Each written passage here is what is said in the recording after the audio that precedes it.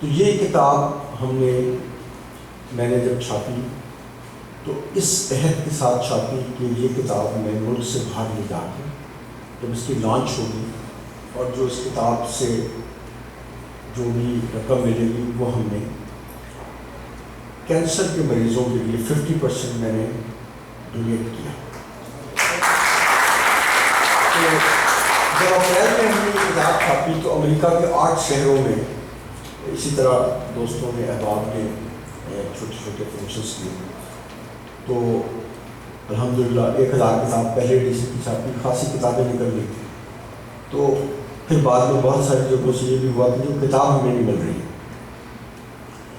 مونا صاحب یہاں بیٹھے ہیں، میں نے ان سے وعدہ کیا کہ میں آپ کو واشنگٹن میں کتاب بھیجوں گا، بالٹیمور میں آپ فکر نہ کیجیے۔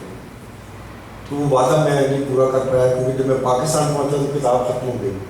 تو پھر میں نے اس کتاب کا دوسرا ایڈیشن چھاپا اور اس وعدے کے ساتھ چھاپا کہ جو پاکستان میڈیکل ایڈ فاؤنڈیشن میں ہے کراچی میں، اس کا کینسر ڈویژن ہے، ان کو میں نے یہ وعدہ کیا کہ یہ جو دوسرا ایڈیشن ہے اس کی 75% جو آمدنی ہوگی وہ ہم ڈونیٹ کریں گے آپ کو فاؤنڈیشن کو۔ اور الحمدللہ بہت اچھا رسپانس رہا، اور بیسک اس کا یہ کتاب کو جو چھاپنے کا دوسرا پرپز یہ تھا، دوستوں نے شعر پڑھے۔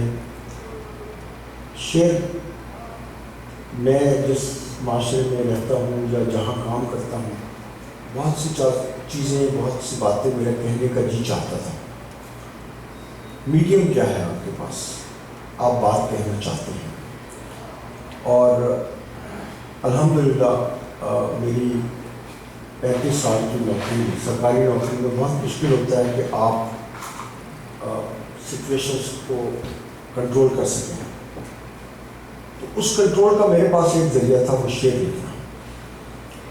خالد خواجہ صاحب نے ایک نظم کا ذکر کیا، تو یہ بنیادی طور پہ نام جہاں سے ڈرائیو کیا شہر ناراض۔ میں سرکار کی نوکری سے پہلے اخبار میں کام کرتا تھا، ایک بہت مشکل مرحلہ آ گیا، اور شام کو رات کو یہ اندازہ ہوا کہ ہماری نوکریاں جو ہے نا صبح نہیں ہوں گی، تو آپ کے پاس کیا راستہ ہے؟ کوئی راستہ نہیں تھا۔ تو میں نے اس پہ ایک شعر لکھا، وہ میں آپ کے ساتھ شیئر کرتا ہوں، جہاں سے اس کا نام ہم نے ڈرائیو کیا تھا کہ اس شہر نارسا میں رسائی کا جرم کر، پتوں کی شہروں پہ لکھائی کا جرم کر۔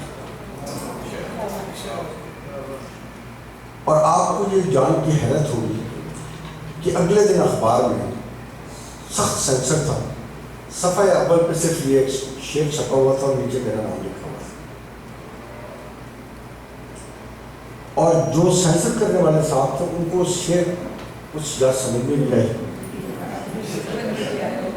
اور ان کو یہ اندازہ نہیں ہوا۔ تو ایک روز کے بعد بلا کے یہ کہا گیا کہ یہ جو پتوں کی شہروں پہ لکھائی ہے یہ کیسے ہوتی ہے، یہ ذرا سے آپ ہمیں سمجھا دیں۔ تو بعض اوقات کسی بھی شاعر کے لیے اس سے بڑی بدقسمتی کوئی نہیں ہوتی کہ اس کو اس کا شعر لکھا ہوا جو ہے ایکسپلین کرنا پڑتا ہے۔ یہاں بہت سارے دوست ہیں، عموماً لوگوں کو پوچھتے ہوں گے کہ بھائی بابا کیا آپ نے شعر کہا، لیکن ذرا اس کا مطلب بھی سمجھا۔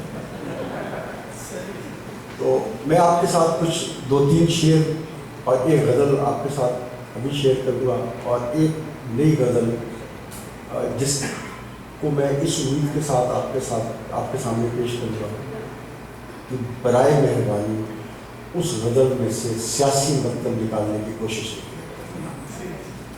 کیونکہ میں میں نے جس کانٹیکسٹ میں لکھی ہے ہو سکتا ہے شاید وہ مختلف ہو۔ تو اس کتاب میں سے ایک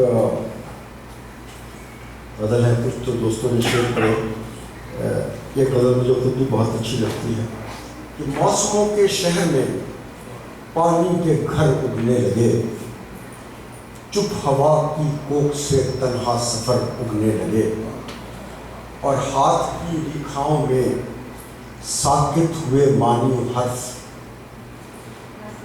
ہاتھ کی ریکھاؤں میں ساکت ہوئے معنی و حرف، انگلیوں کی پور پہ خون کے شجر اگنے لگے، اور خواہشوں کی آگ میں جلتا بدن تپتا لہو، سوچتے جسموں کی شاخوں پر ہنر اگنے لگے.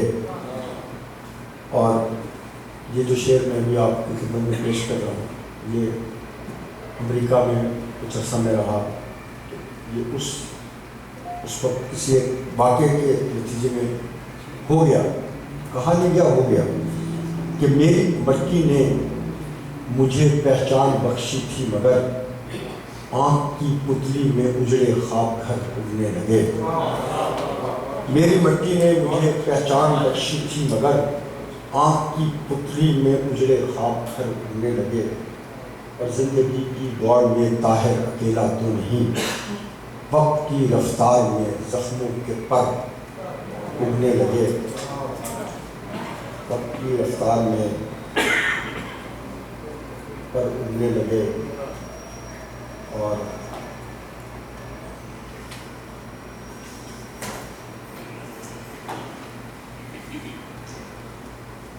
مجھے نہ چھو کبھی محسوس کر ہوا کی طرح، مجھے نہ چھو کبھی محسوس کر ہوا کی طرح، میں زندگی کی حقیقت ہوں انتہا کی طرح. مجھے نہ چھو کبھی محسوس کر ہوا کی طرح، میں زندگی کی حقیقت ہوں انتہا کی طرح. اس ایک لفظ نے کتنی اذیتیں دی ہیں، اس ایک لفظ نے کتنی اذیتیں دی ہیں، ہمارے لفظ سے نکلتا تھا جو دعا کی طرح. اس ایک لفظ نے کتنی اذیتیں دی ہیں، ہمارے لفظ سے نکلتا تھا جو دعا کی طرح. اور میں اپنی آنکھ میں اس کو تلاش کرتا رہا جو تیرے شہر میں تھا میرے آشنا کی طرح. میں اپنی آنکھ میں اس کو تلاش کرتا رہا جو تیرے شہر میں تھا میرے آشنا کی طرح. اور جواز قرب کا تیرے نہ مل سکا صدیوں، جواز قرب کا تیرے نہ مل سکا صدیوں، حقیقتوں کو بھی پایا ہے اب صدا کی طرح. اور وہ دل سے شبِ محبت کا دل دھڑکتا تھا، لہو کے تازہ سفر میں رہے انا کی طرح. اور اس ایک ابر نے جھلسا دیا بدن میرا، جو مجھ پہ سایہ فگن تھا کبھی ردا کی طرح. اور یہ شعر واصف بھائی نے بھی پڑھا تو خبر نہ تھی کہ وہ چہرے بھی چھین لیتا ہے، ہمارے پاس سے گزرا تھا جو صبا کی طرح. یہ شہر یار کا مجھ پہ کرم ہوا طاہر، وہ ایک شخص لگے اب مجھے خدا کی طرح. تو بس اس ایک شعر کے ساتھ میں ابھی آپ سے اجازت چاہوں گا، اور پھر جب مشاعرہ ہوگا تو میں یہ کچھ نئی چیزیں جو میں نے بطور خاص آپ احباب کے لیے لکھی کہ مصلحت سب کا تھا ایمان بھری بستی میں، مصلحت سب کا تھا ایمان بھری بستی میں، سارے دانا تھے کوئی بات نہ سچی کرتا.